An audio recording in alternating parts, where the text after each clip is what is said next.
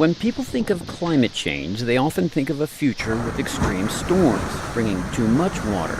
But scientists in Texas and California are planning for a future with a lot less. USC professor Sarah Feekins spoke to VOA by Skype.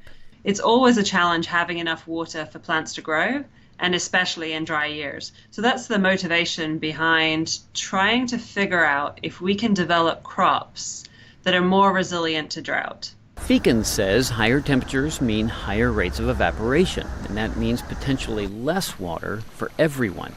So the research team began planting crops and not giving them enough water.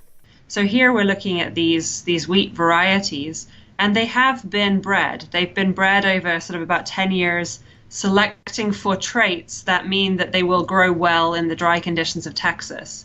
And so we're simply seeing which of these 10 cultivars perform better in dry conditions, in the different sites, the different soils, and the different climates.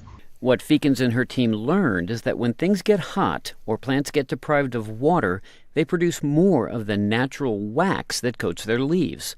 The more wax on the leaves, the more water stays in the plant. So at the higher and drier location, when we grow the same crops, 10 different cultivars, all of them produce more wax.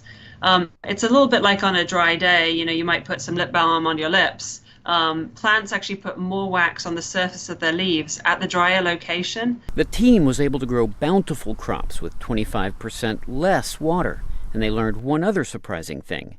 The wax that coats plant leaves also holds carbon.